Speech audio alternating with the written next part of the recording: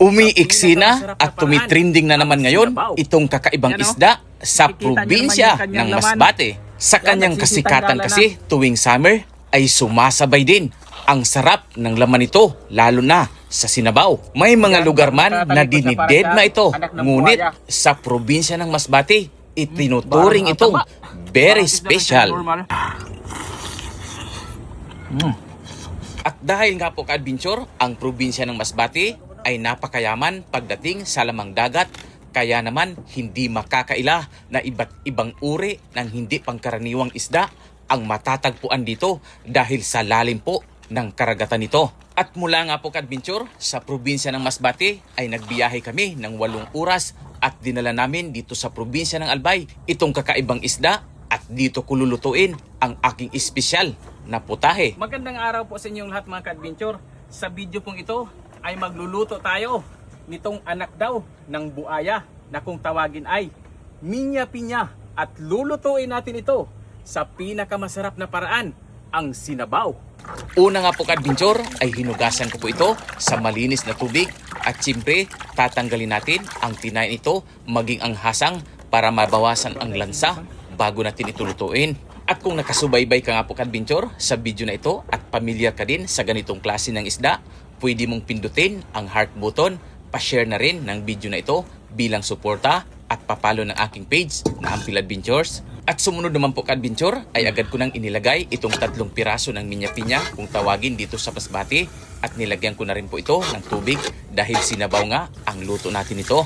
At alam niyo po ba ka-adventure, ang katawan po ng isda na ito ay talaga namang medyo delikado dahil nababalutan nga po ito ng napakaraming tinik. At sumunod naman po ka-adventure ay nilagay ko na nga po itong 2 tali ng tanglad na siya namang magpapabango dito sa ating sinabaw. At matapos ko nga po na isalang sa apoy ay sunod ko nang inilagay itong asin. Sinamahan ko na rin po ito ng seasoning na Ajinomoto. Medyo matabang po kasi ka-adventure ang laman nito, kaya sa unang bagsak pa lang ay kailangan lagyan mo na ng pampalasa. At matapos ko nga po na mailagay yung kamatis at luya na pampaalis na lansa ay inantay ko lang ito ng ilang minuto habang pinapakuluan. At dahil nga po ka-adventure, usapang sinabaw, kaya naman ang nakasanayan kong nilalagay dito ang preskong talbos ng kangkong na siya namang magpapasarap dito sa ating masarap na putahe.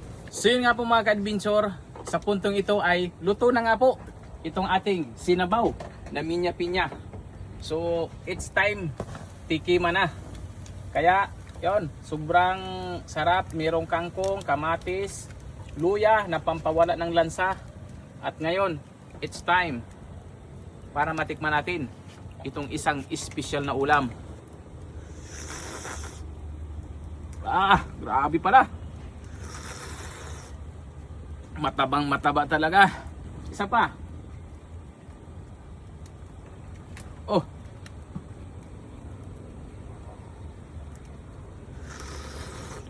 Unang nalalasahan ko yung inilagay natin na tanglad, napakabango. Grabe. Kaya food trip na tayo.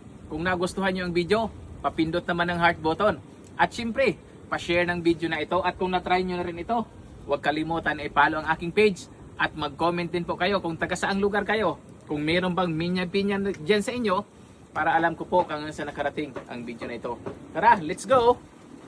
So yun nga po mga ka-adventure, makalipas ang ilang oras na pagpapakulo natin ito at luto na yung ating masarap na sinabaw na minya pinya, aka anak ng buaya daw, sabi pa ng iba. Kaya food trip na tayo. At syempre, hindi natin malilimutan na i-flex ito. Yan o, makikita nyo naman yung kanyang laman. Yan, nagsisitanggalan na. So napakasarap nito mga ka-adventure. Kaya naman itry na natin. So yan, ito yung kanyang.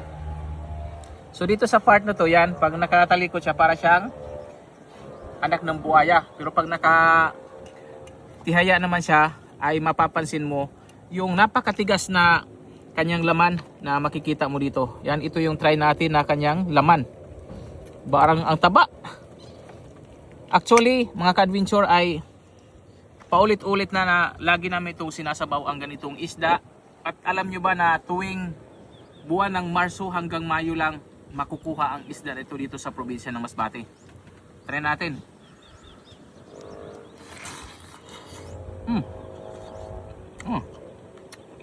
Napakasulit ng laman. Manamis-namis pa. Presko pa talaga.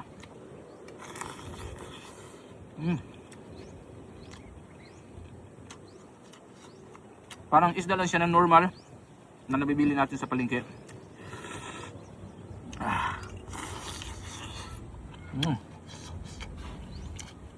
Sarap.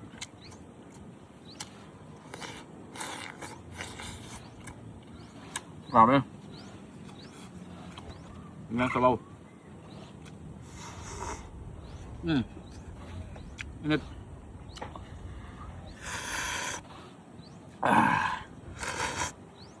Sarap talaga.